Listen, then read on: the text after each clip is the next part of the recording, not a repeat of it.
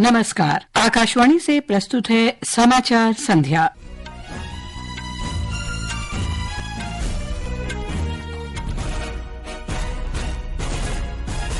प्रधानमंत्री नरेंद्र मोदी ने कहा, नागरिकों के बेहतर स्वास्थ्य के लिए स्वास्थ्य सेवाओं के बुनियादी ढांचे को मजबूत करना सरकार की प्राथमिकता।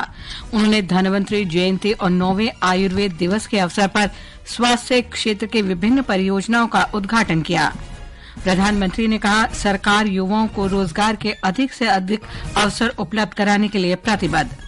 महाराष्ट्र में एक ही चरण में होने वाले विधानसभा चुनाव और झारखंड में दूसरे चरण के विधानसभा चुनाव के लिए नामांकन की प्रक्रिया आज समाप्त। राजस्थान के सीकर जिले में एक सड़क दुर्घटना में 12 लोगों की मृत्यु। इजरायल ने अपने देश में फलस्तीनी शरणार्थियों के लिए कार्य करने वाली संयुक्त राष्ट्र राहत और कार्य एजेंसियों पर प्रतिबंध लगाया। और महिला क्रिकेट में अहमदाबाद में तीसरे अंतिम एक दिवसीय मैच में भारत ने न्यूजीलैंड को 6 विकेट से हराया। भारत ने 3 मैचों की श्रृंखला 2-1 से जीती। समाचार संध्या के साथ मैं लवली निगम। प्रधानमंत्री नरेंद्र मोदी ने कहा है कि नागरिकों के स्वास्थ्य पर राष्ट्र की प्रगति निर्भर है, इसलिए सरकार स्वास्थ्य सेवा के आधार को मजबूत कर रही है। प्रधानमंत्री ने आज धन्वंतरि जयंती और 9वें आयुर्वेद दिवस के अवसर पर नई दिल्ली में कहा कि इसी दृष्टिकोण को अपनाते हुए केंद्र सरकार ने स्वास्थ्य नीति के 5 स्तंभ निर्धारित कर नागरिकों के स्वास्थ्य को प्रमुखता दी है। केंद्र सरकार ने स्वास्थ्य नीति के 5 स्तंभ तय किए हैं। पहला, प्रिवेंटिव हेल्थ केयर। दूसरा, समय पर बीमारी की जांच। तीसरा, मुफ्त और सस्ता इलाज, सस्ती दवाएं। चौथा, छोटे शहरों में अच्छा इलाज, डॉक्टरों की कमी दूर करना। और 5वां, स्वास्थ्य सेवा में टेक्नोलॉजी का विस्तार। इस अवसर पर प्रधानमंत्री ने लगभग 12,850 करोड़ रुपए लागत की स्वास्थ्य क्षेत्र से जुड़ी कई परियोजनाओं का उद्घाटन और शिलान्यास किया। श्री मोदी ने कहा कि वंचितों को अच्छी स्वास्थ्य सुविधा उपलब्ध कराने के उद्देश्य से सरकार ने आयुष्मान भारत योजना की शुरुआत की है।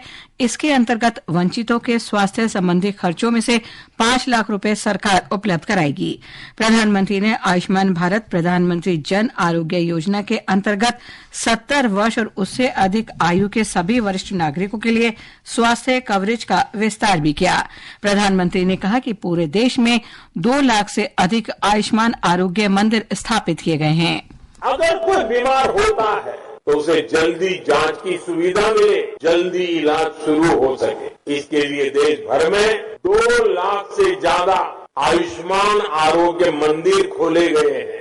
आज इन आरोग्य मंदिरों पर करोड़ों लोगों की कैंसर, ब्लड प्रेशर, डायबिटीज जैसी बीमारियों की आसानी से जांच हो पा रही है। आसानी से जांच की वजह से लोगों का इलाज भी समय पर शुरू हो रहा है और समय पर शुरू हुआ इलाज भी लोगों के पैसे बचा रहा है। प्रधानमंत्री ने कहा कि पिछले 10 वर्ष में आयुष विनिर्माण क्षेत्र $3 अरब से बढ़कर करीब $24 अरब का हो गया है। श्री मोदी ने कहा कि भारत में फिलहाल 900 से अधिक आयुष स्टार्टअप कार्यरत हैं। इससे युवाओं के लिए नई संभावनाएं सृजित हुई हैं। श्री मोदी ने भारत के पहले अखिल भारतीय आयुर्वेद संस्थान के दूसरे चरण का भी उद्घाटन किया।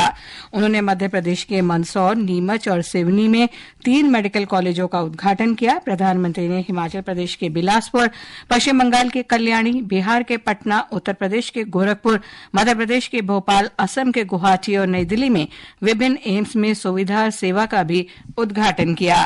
प्रधानमंत्री ने मध्य प्रदेश के शिवपुरी, रतलाम, खंडवा, राजगढ़ और मंदसौर में 5 नर्सिंग कॉलेजों की आधारशिला भी रखी। जन आरोग्य योजना के कवरेज को बढ़ाए जाने के मद्देनजर आयुष्मान कार्ड धारकों ने प्रधानमंत्री का आभार व्यक्त किया। बुजुर्गों के हित में 5 लाख दिया गया है। हेल्थ के बड़ा बीमार पड़िए उसमें दिखाने में उसको मदद मिलेगा, बिना पैसा का कार्ड दिखाइए। जगदेव प्रसाद, गायघाट, सब जगह फायदा हो रहा है। देश में प्रधानमंत्री की तरफ से हमको भी फायदा जरूर होगा। बाल बच्चा भी इस पर भी कुछ फायदा होगा। बाल बच्चा देखेंगे, इस पर ध्यान देके बहुत अच्छा लगा। आयुष्मान कार्ड 5 लाख तक का इलाज करे, बहुत सहायक है। प्रधानमंत्री को इसके लिए बहुत बहुत धन्यवाद देते हैं। प्रधानमंत्री मोदी ने कहा है कि सरकार ने आत्मनिर्भर भारत की दिशा में महत्वपूर्ण कार्य किए हैं और अंतरिक्ष से लेकर विद्युत वाहन में नई प्रौद्योगिकी सहित प्रत्येक क्षेत्र में मेक इन इंडिया को बढ़ावा दिया है। श्री मोदी ने कहा कि भारत विश्व की तीसरी सबसे बड़ी अर्थव्यवस्था बनने की ओर अग्रसर है। प्रधानमंत्री ने आज विभिन्न सरकारी विभागों और संगठनों में 51,000 से अधिक नवनियुक्त युवाओं को नियुक्ति पत्र सौंपे। वीडियो कॉन्फ्रेंस के माध्यम से आयोजन को संबोधित करते हुए उन्होंने कहा कि सरकार युवाओं को अधिकतम रोजगार अवसर उपलब्ध कराने के लिए प्रतिबद्ध है। नए इंडस्ट्रियल शहर बनाए जा रहे हैं, पानी की पाइपलाइन, गैस की पाइपलाइनें बिछाई जा रही है, बड़ी संख्या में स्कूल, कॉलेज, यूनिवर्सिटी खोले जा रहे हैं। इंफ्रास्ट्रक्चर पर पैसे खर्च कर सरकार लॉजिस्टिक्स की लागत कम करने की कोशिश कर रही है। इन सारे कामों से देश के लोगों को सुविधा तो मिल ही रही है, लेकिन साथ साथ करोड़ों की संख्या में रोजगार के भी नए मौके बन रहे हैं। ये समाचार हमारी वेबसाइट www.newsonair.gov.in और हमारे न्यूज ऑन एआईआर ऐप पर भी उपलब्ध हैं। महाराष्ट्र में एक ही चरण में होने वाले विधानसभा चुनाव और झारखंड में दूसरे चरण के विधानसभा चुनाव के लिए नामांकन भरने की प्रक्रिया आज समाप्त हो गई। नामांकन पत्रों की जांच कल की जाएगी।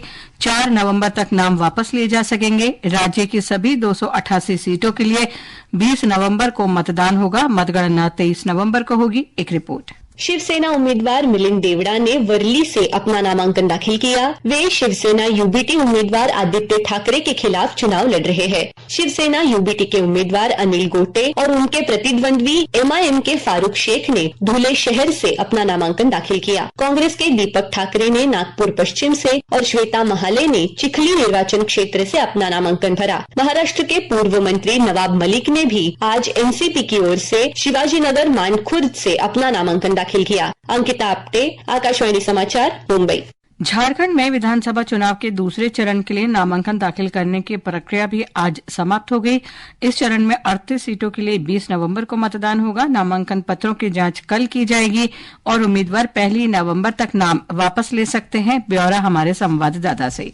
नामांकन पत्रों की जांच कल होगी, जबकि उम्मीदवार 1 नवंबर तक नामांकन वापस ले सकते हैं। पहले चरण के नामांकन पत्रों की जांच के बाद 62 पर्चे रद्द कर दिए गए। 743 उम्मीदवार अब चुनाव मैदान में रह गए हैं। जांच अभियान के दौरान अब तक 86 करोड़ 32 लाख से अधिक अवैध सामान और नकद राशि बरामद की गई है। आचार संहिता के उल्लंघन के मामले में 20 प्राथमिकी दर्ज किए गए हैं। आकाशवाणी समाचार के लिए कृष्ण कुमार लाल।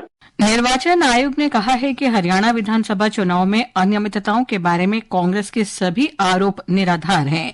कांग्रेस अध्यक्ष मल्लिकार्जुन खड़गे को लिखे पत्र में आयोग ने कांग्रेस और अन्य राजनीतिक दलों को आगाह किया है कि वे चुनाव और मतगणना जैसे संवेदनशील मामलों में बेतुके और सनसनीखेज आरोप न लगाएं।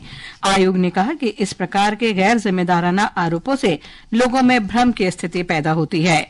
आयोग ने कहा कि हरियाणा में चुनावी प्रक्रिया के दौरान उठाए गए कदमों में कोई कमी नहीं थी और ये सभी कांग्रेस तथा उनके एजेंटों को भी मालूम है। प्रधानमंत्री नरेंद्र मोदी कल से 2 दिवसीय गुजरात दौरे पर रहेंगे। वो कल शाम एकता नगर में 280 करोड़ रुपए से अधिक की कई बुनियादी विकास परियोजनाओं का उद्घाटन और शिलान्यास करेंगे।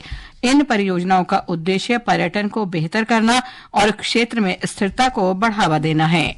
गुरुवार को प्रधानमंत्री नरेंद्र मोदी गुजरात के केवड़िया के एकता नगर में स्टैच्यू ऑफ यूनिटी पर सरदार पटेल को पुष्पांजलि अर्पित करेंगे और राष्ट्रीय एकता दिवस समारोह में शामिल होंगे। इस वर्ष एकता दिवस परेड में 9 राज्यों और 1 संघ शासित प्रदेश के 16 मार्चिंग दल, 4 केंद्रीय सशस्त्र पुलिस बल, एनसीसी और 1 मार्चिंग बैंड शामिल होंगे। इस वर्ष के विशेष आकर्षणों में एनएसजी की हेल मार्च टुकड़ी, सीमा सुरक्षा बल और केंद्रीय रिजर्व पुलिस बल की महिला और पुरुष बाइकर्स द्वारा डेयर डेविल शो, भारतीय मार्शल आर्ट, स्कूली बच्चों द्वारा पाइप बैंड शो और भारतीय वायुसेना द्वारा सूर्य किरण फ्लाई पास शामिल हैं। अनुपम मिश्र, आकाशवाणी समाचार, दिल्ली।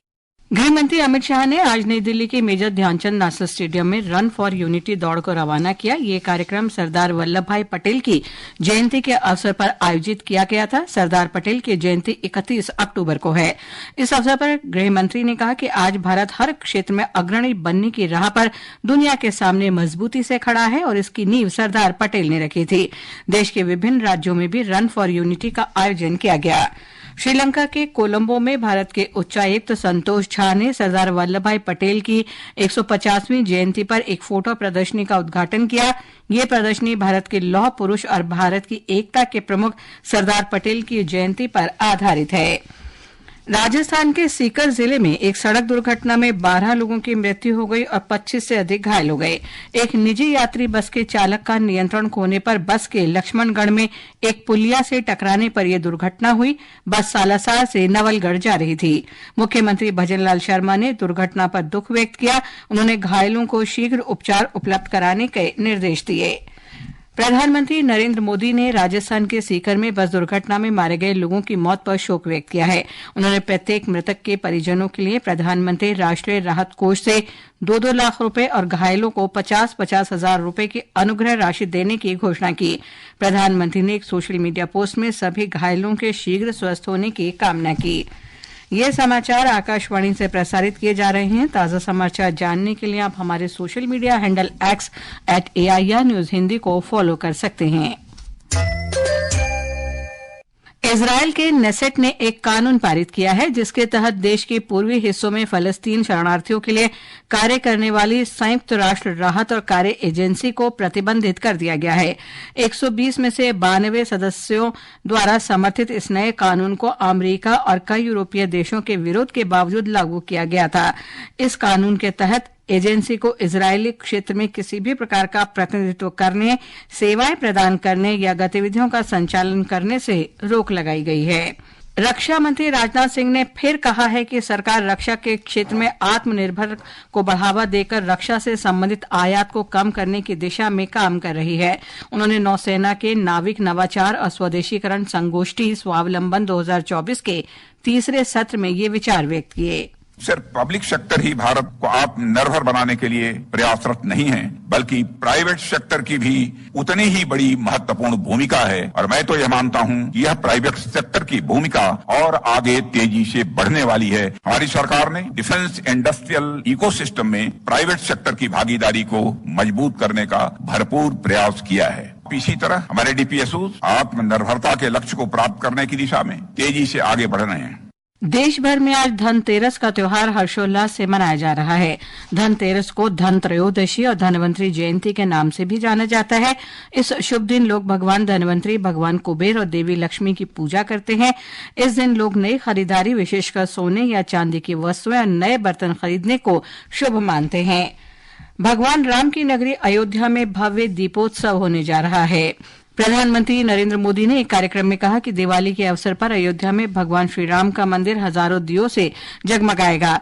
इस बीच उत्तर प्रदेश के मुख्यमंत्री योगी आदित्यनाथ ने सभी लोगों से इस अवसर पर अपने घरों में दीपक जलाकर खुशियां मनाने का आग्रह किया। भारतीय महिला क्रिकेट टीम ने अहमदाबाद के नरेंद्र मोदी स्टेडियम में न्यूजीलैंड को 6 विकेट से हराकर एक दिवसीय मैचों की श्रृंखला 2-1 से जीत ली है।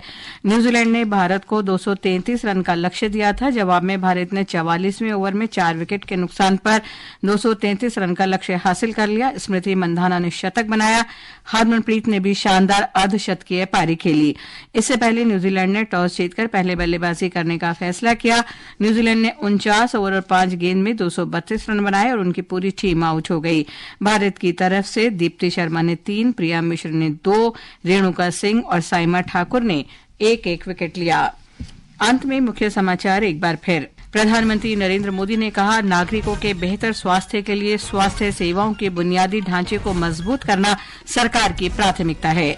उन्होंने धनवंतरी जयंती और 9वें आयुर्वेद दिवस के अवसर पर स्वास्थ्य क्षेत्र की विभिन्न परियोजनाओं का उद्घाटन किया। प्रधानमंत्री ने कहा, सरकार युवाओं को रोजगार के अधिक से अधिक अवसर उपलब्ध कराने के लिए प्रतिबद्ध। महाराष्ट्र में एक ही चरण में होने वाले विधानसभा चुनाव और झारखंड में दूसरे चरण के विधानसभा चुनाव के लिए नामांकन की प्रक्रिया आज समाप्त। राजस्थान के सीकर जिले में एक सड़क दुर्घटना में 12 लोगों की मृत्यु। इजरायल ने अपने देश में फलस्तीनी शरणार्थियों के लिए कार्य करने वाली संयुक्त राष्ट्र राहत और कार्य एजेंसी पर प्रतिबंध लगाया। महिला क्रिकेट में अहमदाबाद में तीसरे और अंतिम एक दिवसीय मैच में भारत ने न्यूजीलैंड को 6 विकेट से हराकर 3 मैचों की श्रृंखला 2-1 से जीती। इसके साथ ही समाचार संध्या का अंक समाप्त हुआ। नमस्कार।